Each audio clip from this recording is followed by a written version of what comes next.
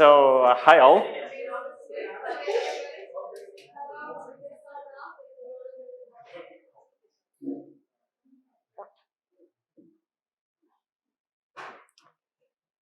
First of all, thank you very much for coming. It's really nice to be invited here by Leaf99 DAO and have this talk today with you about some legal frameworks and legal structures for Web3 companies. I'll introduce myself briefly before we start. My name is Nestor Dubnevych. I'm a co-founder of Legal Notes.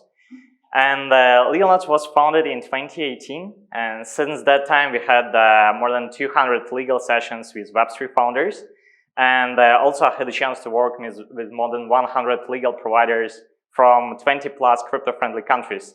This helped us to build our own internal legal knowledge base with different frameworks and case studies that I'll be happy to share with you today, and also happy to answer any questions. So my suggestion is to split this event into two parts. The first part will be more about the content. So we will discuss some existing frameworks, some jurisdictions, some approaches to Web3 legal structuring. And after that, we'll be happy to have a Q&A session. And here will be also Tanya, who will ask some questions from Leaf99 side. And your questions will be also very welcome. So if you will find something that you would like to ask, please make notes, and we will be very happy to have it after this first part of our speech.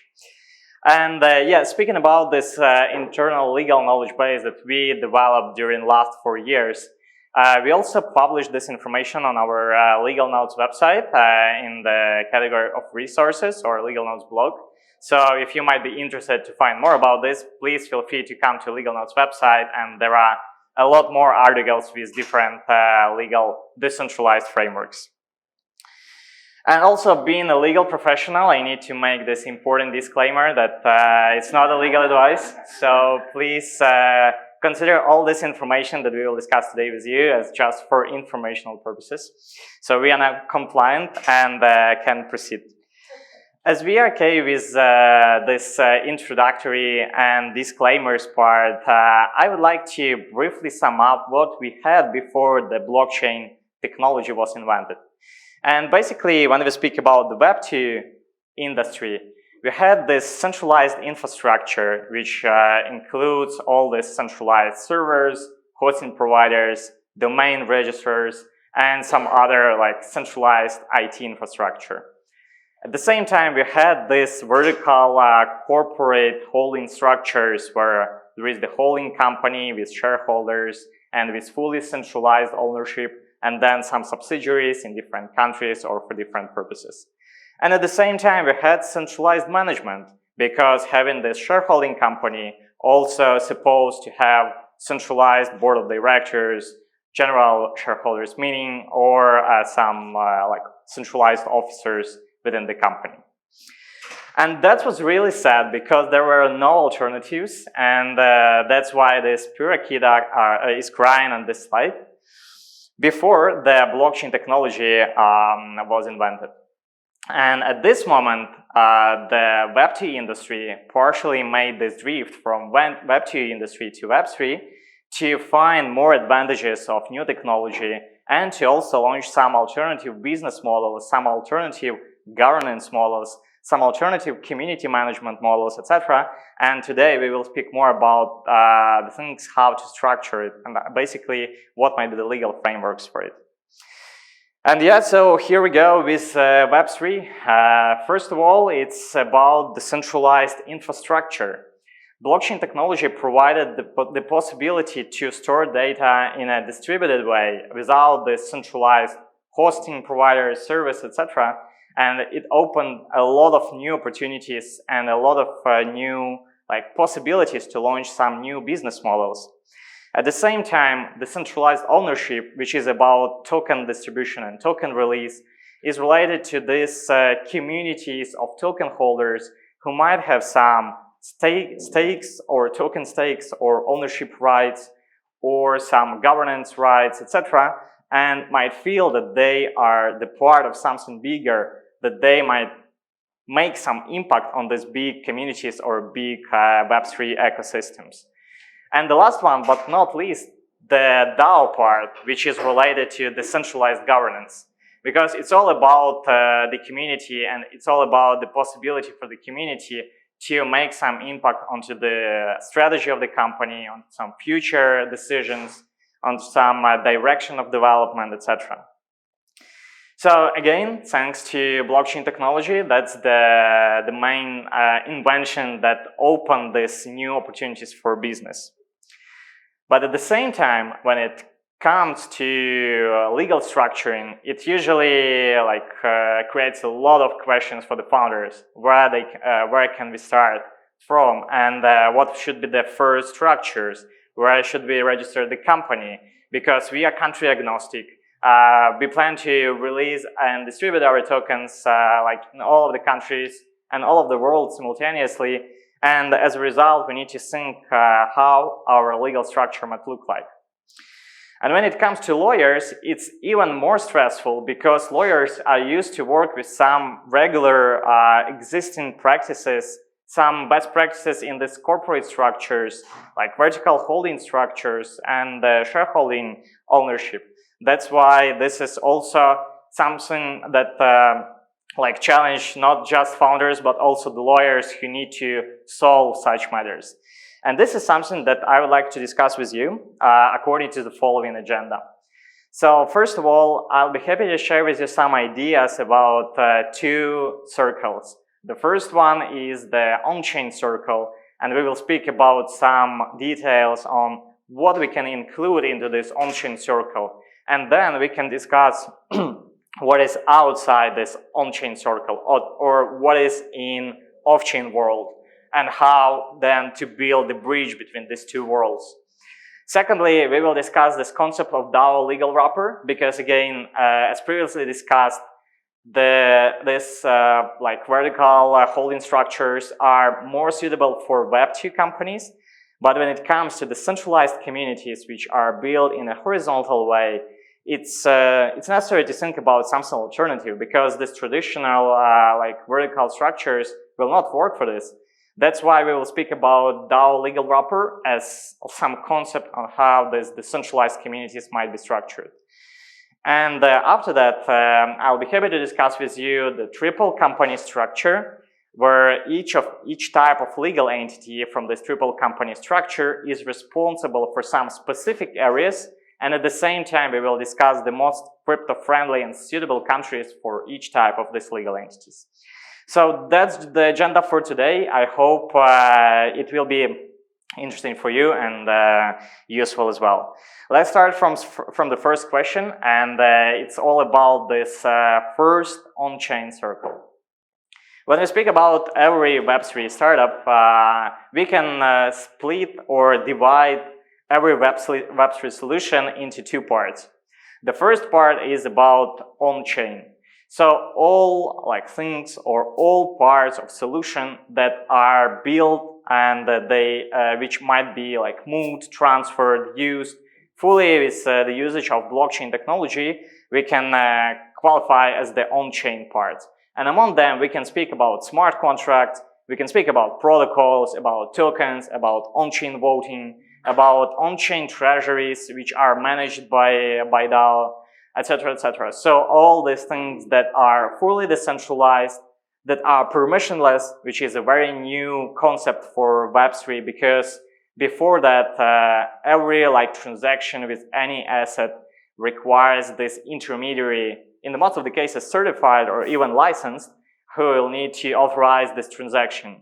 But after the blockchain technology was invented, there is no reason to have these intermediaries. And this transfers of any assets or values might be structured directly between these people. And that's why, and that's how this on-chain part of every Web3 solution works. It uses blockchain technology, and at the same time, it's fully permissionless, decentralized, autonomous, and very promising. But at the same time, we have this larger circle, which is the Offchain Circle, where we have all these real-world participants who need to interact somehow with the on-chain part of the solution. Among them, we can speak about at least the dev team or the team of engineers who need to work on this solution, who need to write the source code, who need to build a business model, develop the tokenomics, etc. We can also speak about some investors who would like to support the project, to inject some capital into the project, and who need again to somehow interact with this all on-chain, fully decentralized and permissionless things.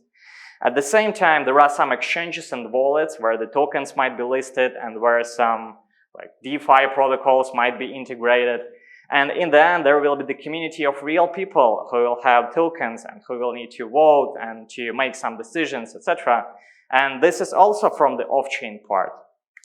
And the challenge is how to build the bridge between these two totally different worlds, where the on-chain world is fully autonomous and decentralized and virtual, and at the same time there is the off-chain world, which is real life world with the real people, sometimes with the real assets, and sometimes with the real like Web2 solutions, which should be integrated into Web3 industry. And that's the first challenge that should be solved by these legal structures that we will discuss, because one of the possibilities to build this bridge is to create a proper legal entity which will help to these off-chain participants to interact with the on-chain part in a compliant way, which means that they will be able to buy the tokens, to make the votes using their tokens, to stake their tokens and get some yields or staking rewards, etc. And all of this should be done in a compliant way, because like in 1 year there will be a lot of new regulations in this area, and that's why most of the companies need to be prepared for it. That's why the solution for this gap between these two worlds is to have different types of legal entities, and this is something that we call triple company structure. At the same time, the idea is to have separate legal entity for separate each participant from this off-chain real world. And as you can see, there is no this vertical structure with the holding company on top and some subsidiaries on bottom. There is a fully like horizontal structure with fully independent companies, where each of this company has its own function and should cover this specific like way of interaction between these off-chain participants and the on-chain part of the solution.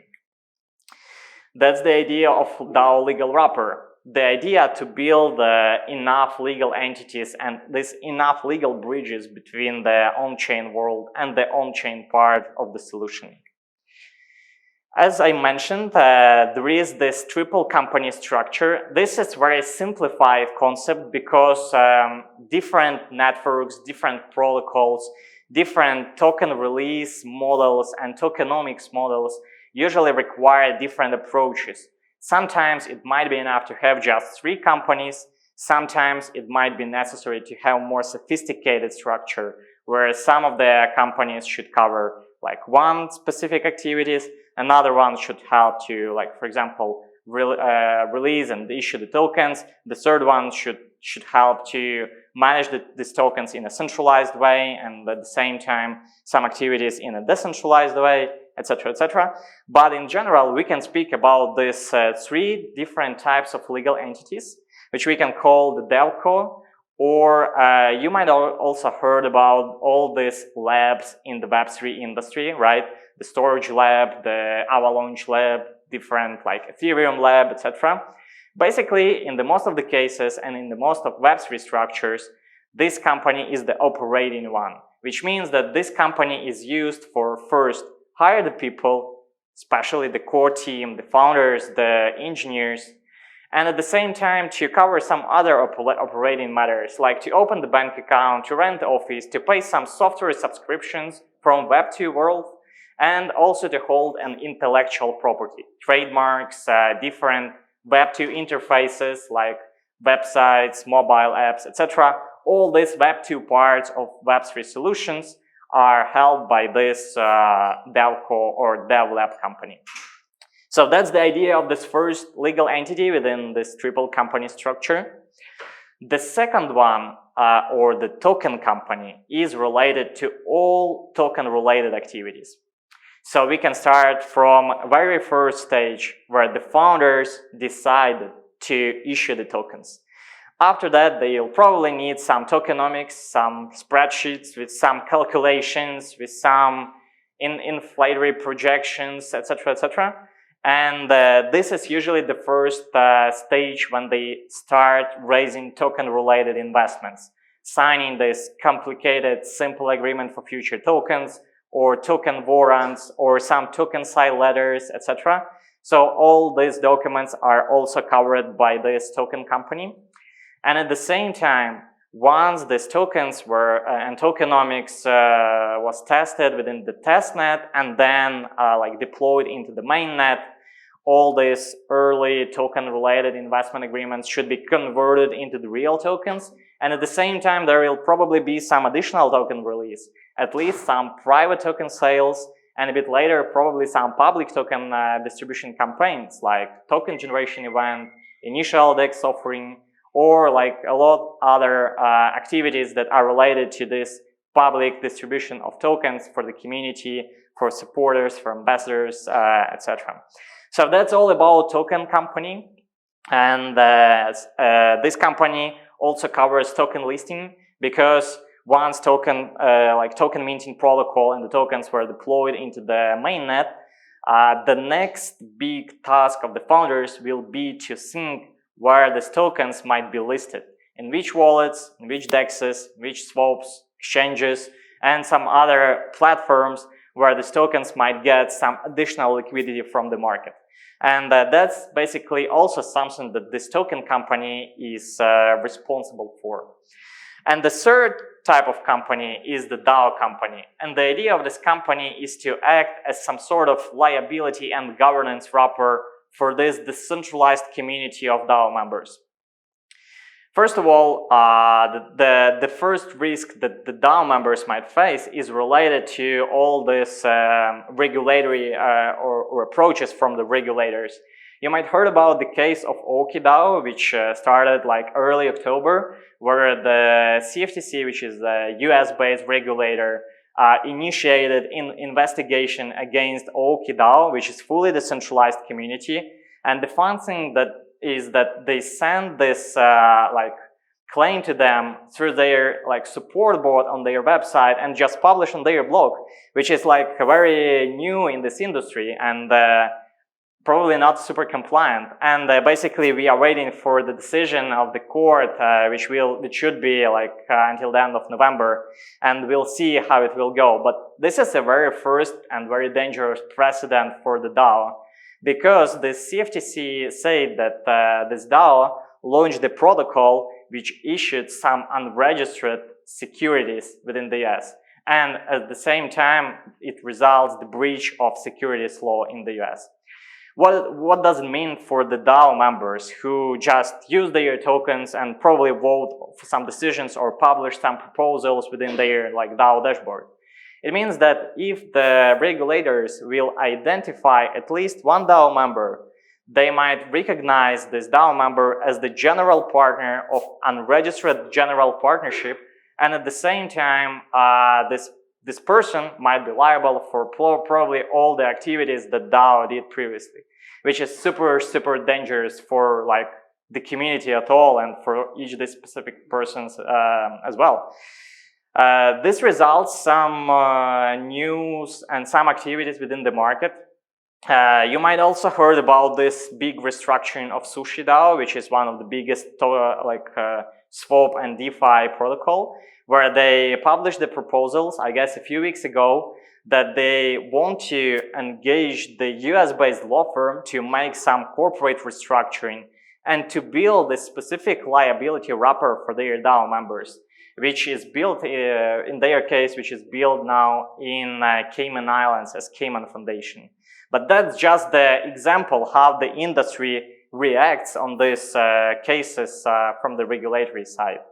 And that's why this DAO company is the third company within the structure. The first role of each is to limit this unlimited liability of DAO members within this decentralized community. But at the same time, it's not just about the limitation of liability, it's also about the governance.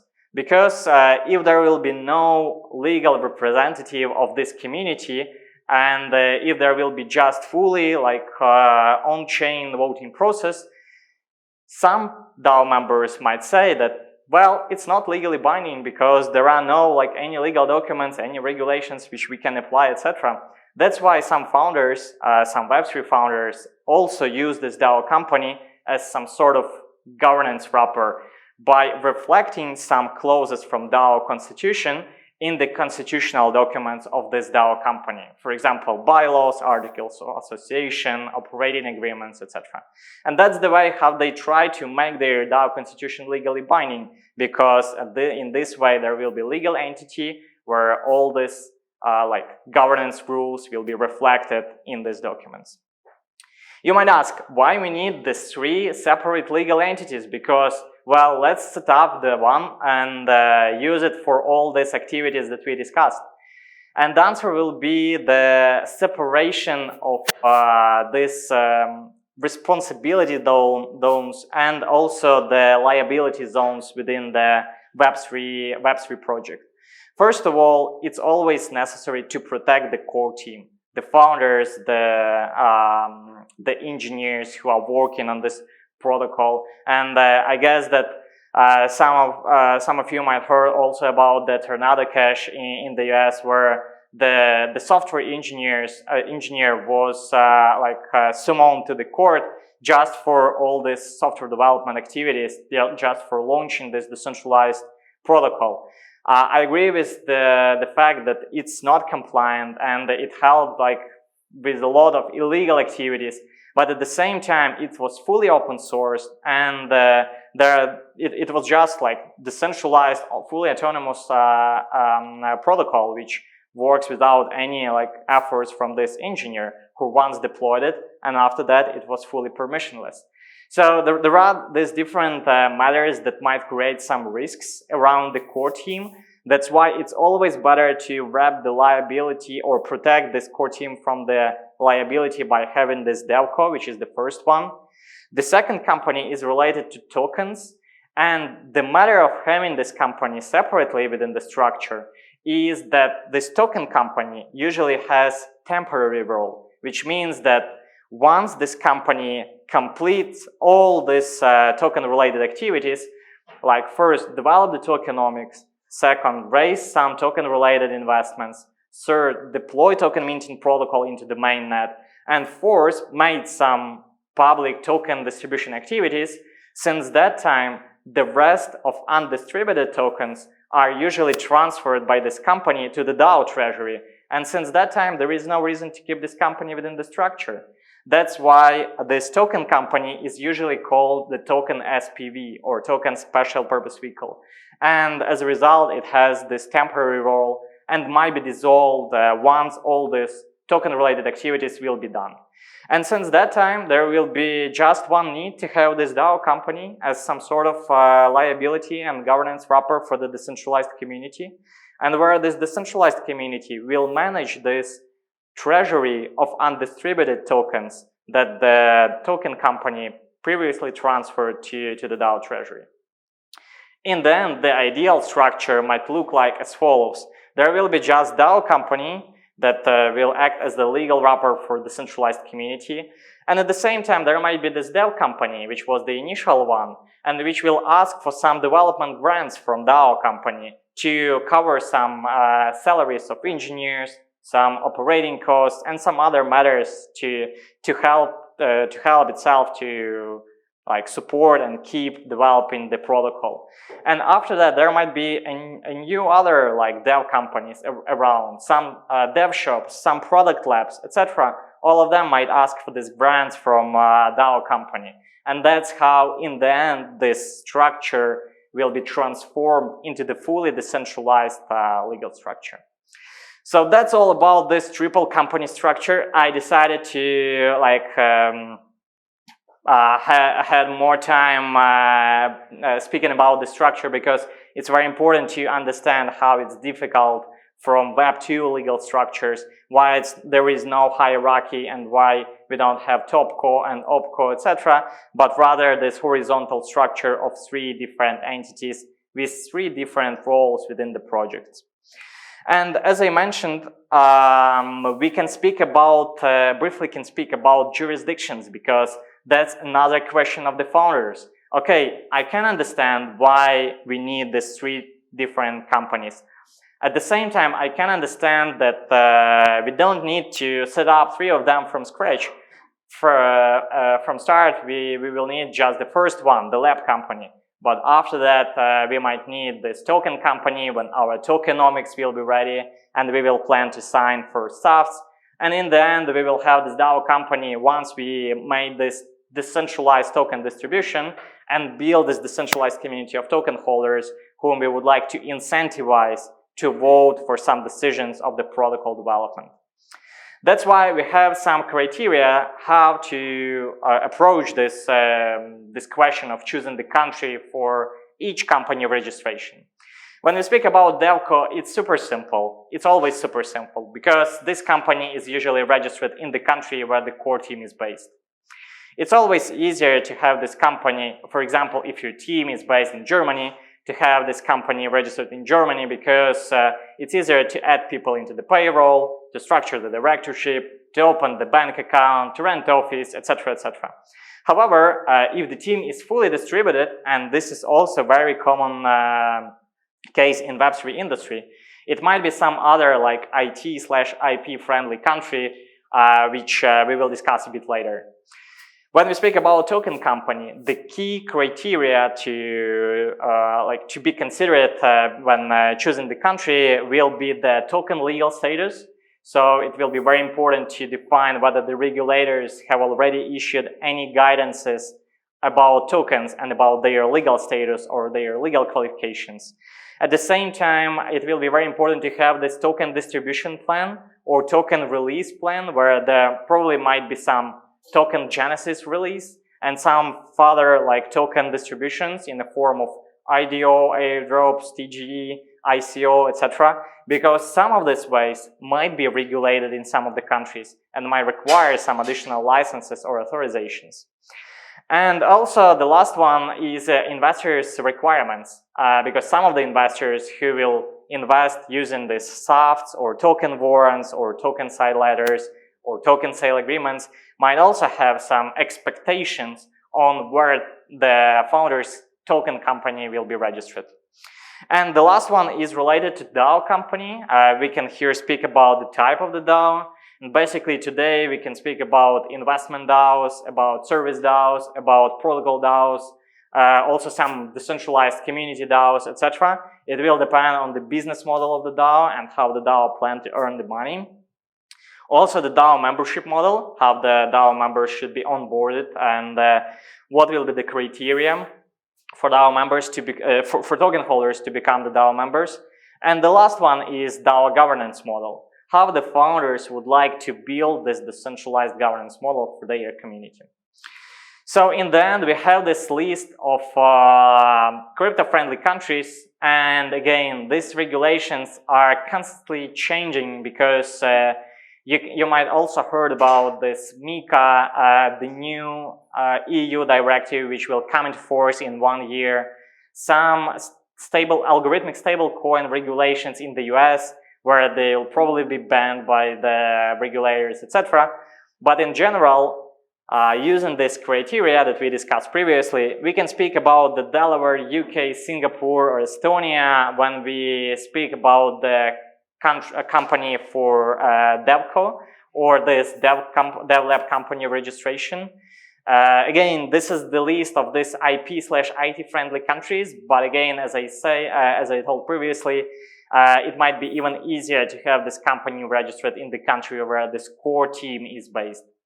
Secondly, when we speak about the token company, again, one of the key criteria is whether the regulators have any certain position in relation to tokens, whether they have already issued any guidances, whether there are any of these virtual asset service provider regimes which helps the founders to understand what might be the legal consequences when they start issuing their tokens and start selling into the market. That's why such countries as Switzerland, Singapore, Hong Kong, and Cayman Islands are the countries that have these specific regulations. Some of them have these regulations in the form of just guides. Some of them have this in the form of bills. Some of them have in the form of a specific authorizations regime where the companies should prepare the application, appoint the compliance officer, and also follow a lot of requirements for conducting any token-related activities. And the last one is related to DAO company. And this is something that, again, is very different from the Web2 industry, because when we speak about the Web2 companies, as we discussed previously, it's all about this centralized shareholding ownership. However, when we speak about the decentralized communities like DAO, there is no chance to create this traditional shareholding structure. That's why there should be something that will suit these decentralized communities better. And as a result, this foundation structure, which is very popular today, and again, you might heard about all this like NEAR Foundation, Solana Foundation, Avalanche Foundation, Ethereum Foundation, etc. All of them are registered in the form of foundation. Why? Because their key role is to support the protocol and support the ecosystem.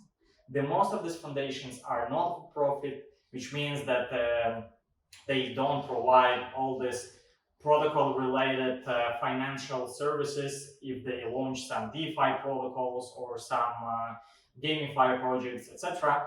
But they are rather some sort of distributor of this undistributed part of tokens or this token treasury, and use it to issue the grants to some ecosystem participants, to support some ambassadors, to pay some marketing contractors, etc. And the key role of this foundation is to support the protocol and the ecosystem at all. That's why all of these foundations don't have shareholding structure. They are rather the companies with the board of directors or the council, which is more usual type of governance body within the DAO, and also the members, who are basically all these token holders who are the members of the DAO.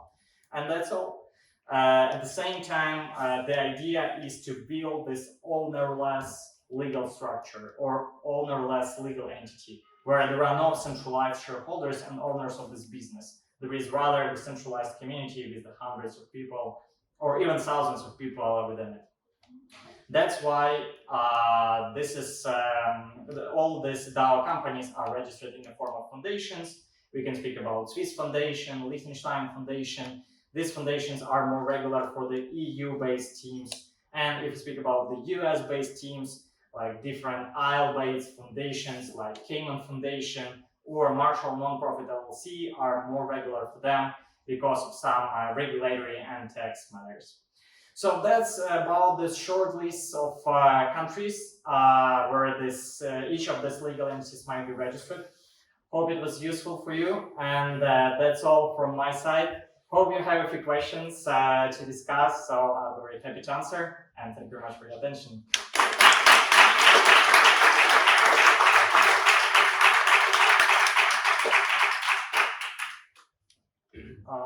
Yeah, please.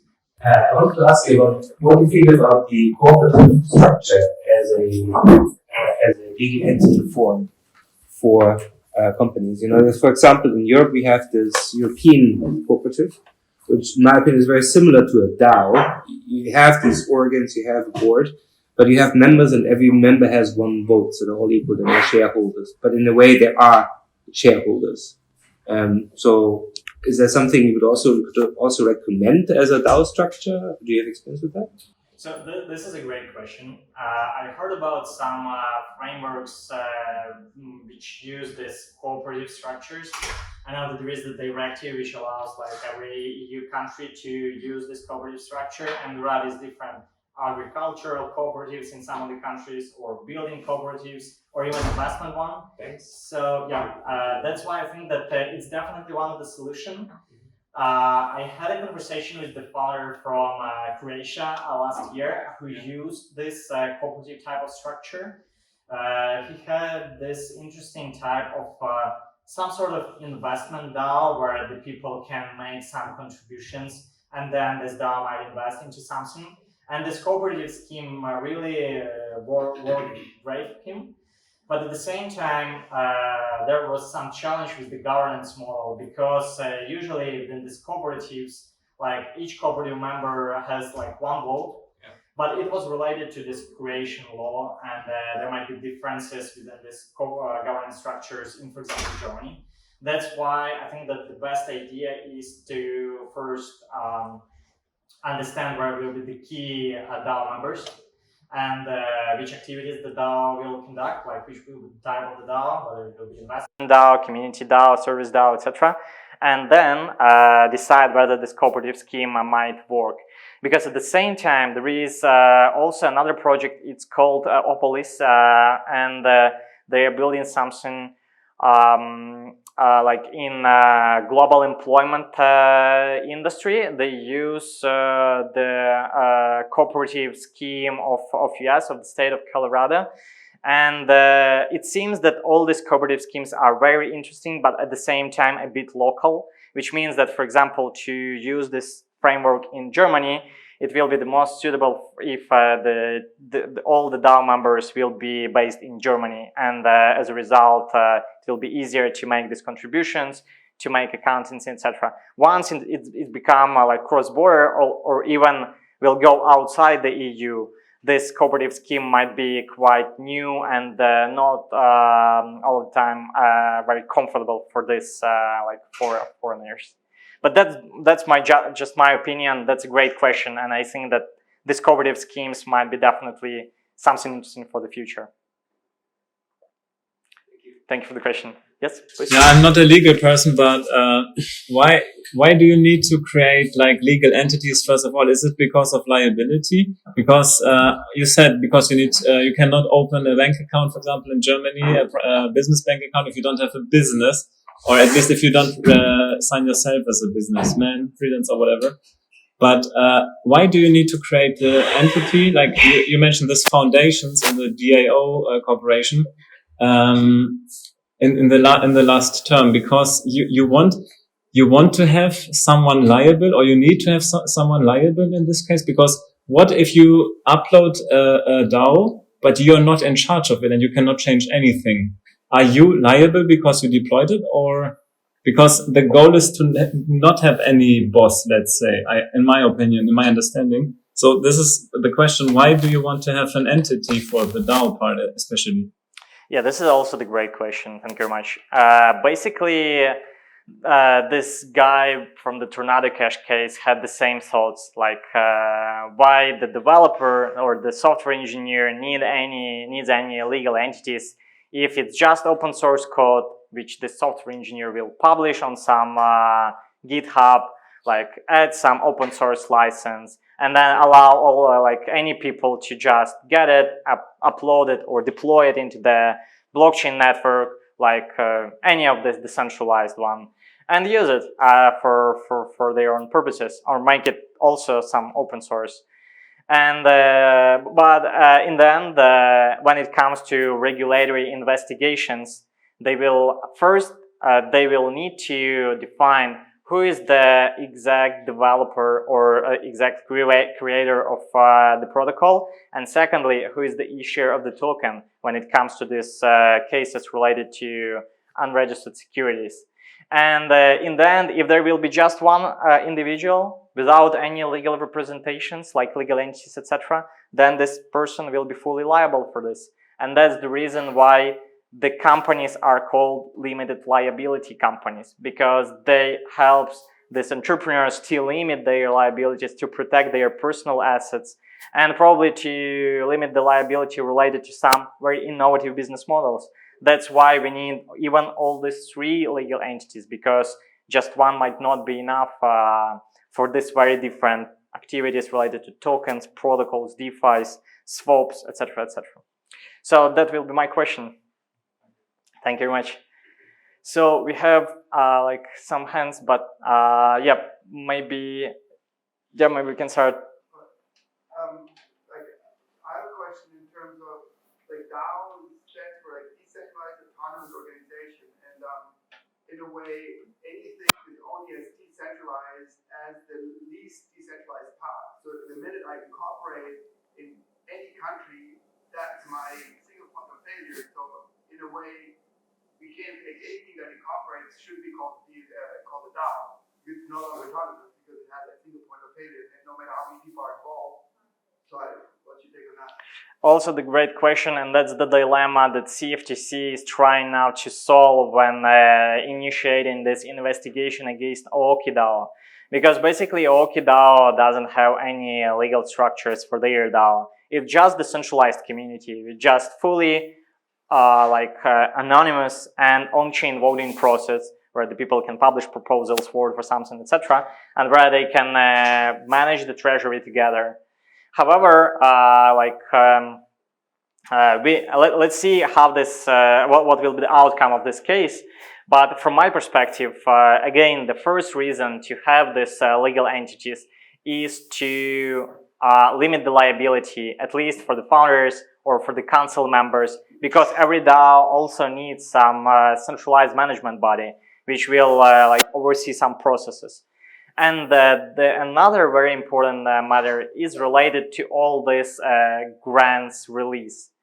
Once the DAO was created and once this undistributed part of the tokens was transferred from token company to DAO treasury, then the DAO starts thinking how we can allocate all these undistributed tokens. Like what will be the market participants whom we will send these tokens, and what next? There is some very good team with some legal entity, for example, registered in Germany, and they send the request to the foundation or to the DAO, no foundation, just DAO. Like, we would like to ask for the grant because we have this amazing idea to launch the DeFi protocol using your key layer 1 blockchain protocol. We would like to support it to make our contribution by building additional product. And what then? They start asking about the grant. DAO votes for this grant issuances. Smart contract sends this grant to this team, and how this team can then reflect this money, these tokens, within their local tax authorities, within their local bank, if they need to convert something from tokens to fiat, etc. That's the moment where there will be a lot of compliance issues, and where this team will probably need at least one very simple document like grant agreement to sign with this DAO. But if the DAO doesn't have any legal representation, then how to sign this agreement? And this is the cycle where this market participants usually go around before they decide how to legally structure it, and basically to build this bridge between on-chain and off-chain worlds. Because that's basically your question, how to build something that helps these two worlds to interact between each other. Thank you. Yeah, please. Oh, thank you very much for your talk. I have a question that focuses more on the DAO governance side. So my question is, what are the legal issues that arise from issuing governance tokens? So at what point does issuing a governance token fail the Howey test? That's also the great question. Thank you very much for asking. Basically, these governance tokens are something quite new today because, first of all, the legal qualification of these tokens, especially in the US, will be related to the token release method or token distribution plan, whether these tokens were sold or whether it was just the airdrop and these tokens were transferred to the market participants without no considerations. So yeah, this will be the first criteria, and if there will be if there were some considerations in the form of crypto or some other governance token purchases, then probably likely these tokens will be recognized in the US as the securities. And all this US-based token regulatory guidances and cases, at least for me, show that US have very strict approach to all token qualifications. And the most of Web3 projects try to build as much interesting tokenomics for the community as possible. And to do this, they need to invent this deflationary model where this token will increase in value, where there will be more demand on this token, because the ideal tokenomics is to reach this ideal balance between token supply and token demand. So I can't imagine a successful Web3 project which will launch the token where there will be no these expectations of token value growth, and as a result where there will be no risks in the US to issue and sell these tokens and avoid this securities risks. So that's probably the key question here. Thank you. Yep, please. What stops the regulator to target the people that, to target the foundation itself? Because the foundation, as far as I know, you have to have a face. You have to have a person registering in the foundation. You always have to have a face, right? Or am I misunderstanding something? So may I please rephrase the question? You mean that what is the ownership structure of the foundation? Or so in the end of the day, you'll have a foundation, right? Structured somewhere. And there someone would have to reveal themselves. And therefore, I mean, first of all, what liability does a person in a foundation, if you're one of the founders of a foundation, what liabilities do you take? And then what stops actually the regulators to target said person?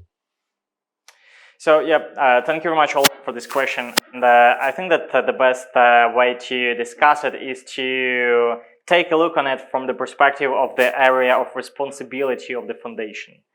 Another reason why it's always better to have the token SPV and the foundation separately is to separate these risks related to regulatory uncertainties and related to token issuance from the foundation, and make the foundation just the entity which is responsible for distribution of this token treasury, and that's all. And the next another important aspect of the foundation is that all these foundations are not for profit, which means that they have this key goal or aim to help the community, to help the protocol, to it's some charities, I think, that and as a result it's difficult to imagine which kind of liability there might be, because first, this entity is not responsible for token issuances, just for distribution of some token treasury. Second, this entity doesn't expect any considerations from the market, rather than just growing the ecosystem, the protocol, etc. And third, there are usually these councils with very reputable people who will oversee this process of grant issuances and token distributions.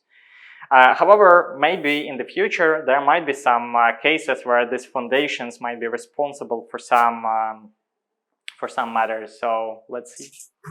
And from would the SPV then the people that reveal themselves in the SPV would they be subjected to some sort of liability? Yeah, so this is the good question. And what should be the ownership structure of SPV? Because from one point of view, the SPV should be owned by the founders, because the founders are responsible for this Genesis token release, for this initial token issuance, distribution, etc. From another part, these founders might be in the end liable in the case they will issue non-compliant token. That's why it's usually necessary to obtain as much as possible token legal opinions in the markets where there might be higher risks for such specific tokens. And in the end, this token company is usually the token SPV because of its temporary role, which means that once this initial token release was completed, this company might be dissolved, and it will help the founders again to focus just on this dev-lab company and probably be one of the members of the council of the foundation. And this will probably also a bit protect them from these risks related to regulatory uncertainties in this area. But again, this is very new concepts, and I guess we will see more cases in the future. Hope all of them will be positive for the network and for the community, but we'll see. Thank you. Yeah, yes, please. So this is something complicated. There's a lot to think of, and you just said it's quite new. So how difficult would it be to start the old way, let's say, where everything's under one company, and then sort of split it up later once things are more clear? Especially like for an early stage company, it's hard to plan all of this from the beginning. Definitely. Thank you very much for this question. And that's all about legal strategy and legal roadmap. Because it's not necessary, and there is no reason to have all these three legal entities from scratch.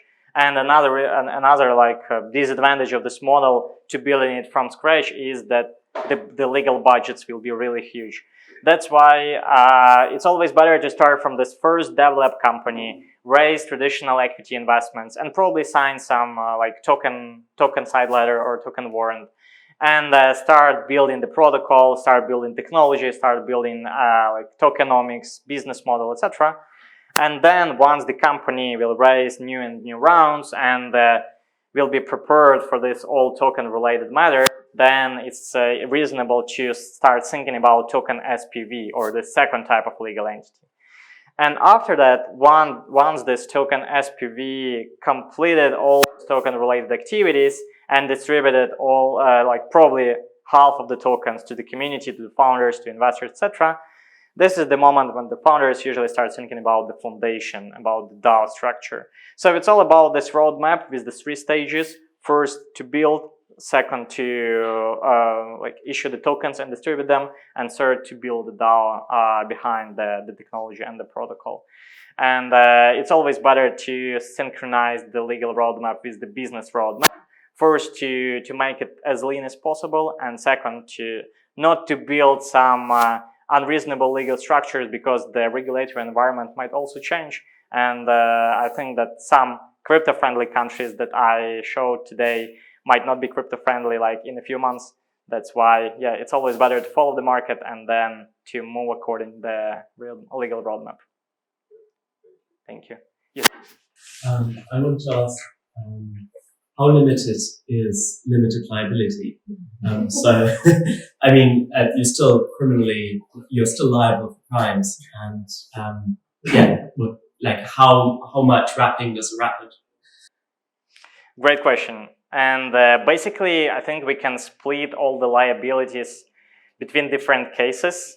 So first of all, as you mentioned, it's not possible to avoid any criminal liability, and basically it's good if you even have these legal entities.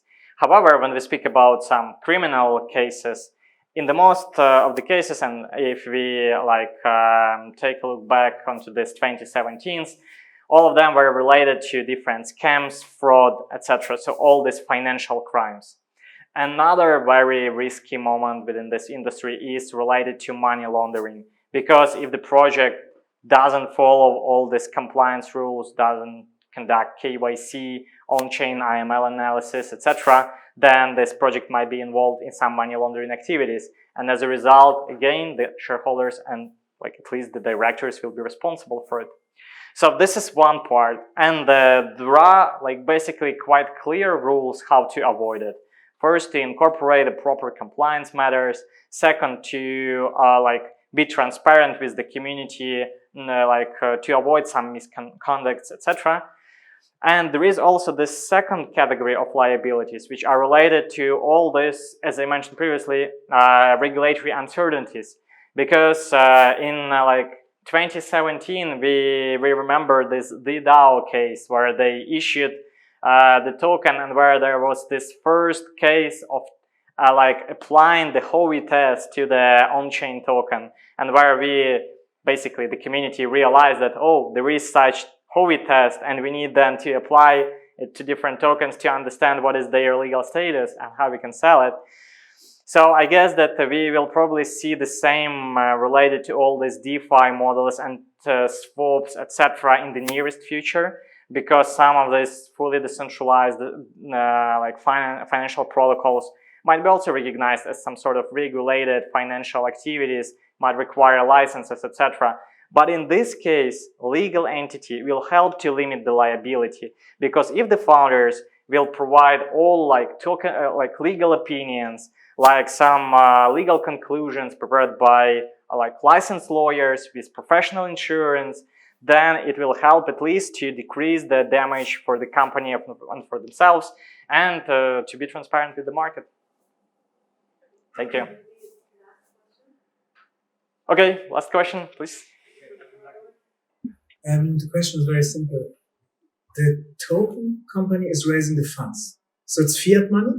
It's going on a bank account of the token company. The token company has special purpose, so it's going to be closed. Where's then who's the owner of the bank account with all the fiat money?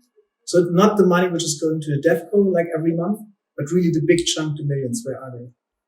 Yeah, thank you very much also for this question. And if we speak about the Web3 fundraising, we can split it also into different stages. It's like quite straightforward how it might be done using dev company, because it has bank account, it might sign this safe plus token warrants, etc. So very regular documents, and receive investments in both crypto and fiat. Then when it comes to token company, the founders usually think which runway they need to develop their tokenomics and token minting protocol from the moment when they start raising this token related investments, for example using SAFT, to the moment when they will deploy this token minting protocol into the mainnet and convert SAFTs into the tokens. And in this case, these funds might be received in a form of crypto, might be received in a form of fiat, because this token SPV is regular shareholding company. It's not a foundation which is like ownerless. It's rather like the company with the shareholders, with the directors. Some investors basically sometimes might ask for the seat within the board of this token company, because they would like to control this token release and tokenomics at all, because they can understand that if the founders will be just the only like people who will control token supply, then they can manipulate with the price, and it might not be good for the investors. That's why this token company or token SPV is usually structured in the form of regular shareholding company. It might have bank account, it might have crypto custodial account, etc. And then once this company completed this token release and basically spent all the funds that this company raised for this token related activities, all future investments might be done by big institutional players or even VCs directly with the DAO, using the different OTC agreements, token liquidity provision agreements, and some other like institutional liquidity related agreements, which will be signed between foundation, which is the distributor of this token treasury, and some big institutional players like hedge funds, VCs, etc., etc. Thank you.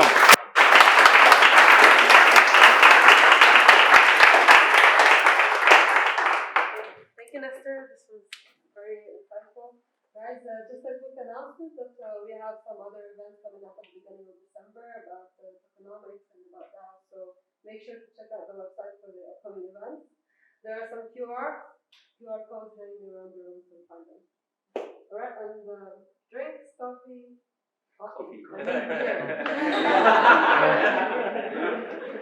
Thank you very much. Thank you.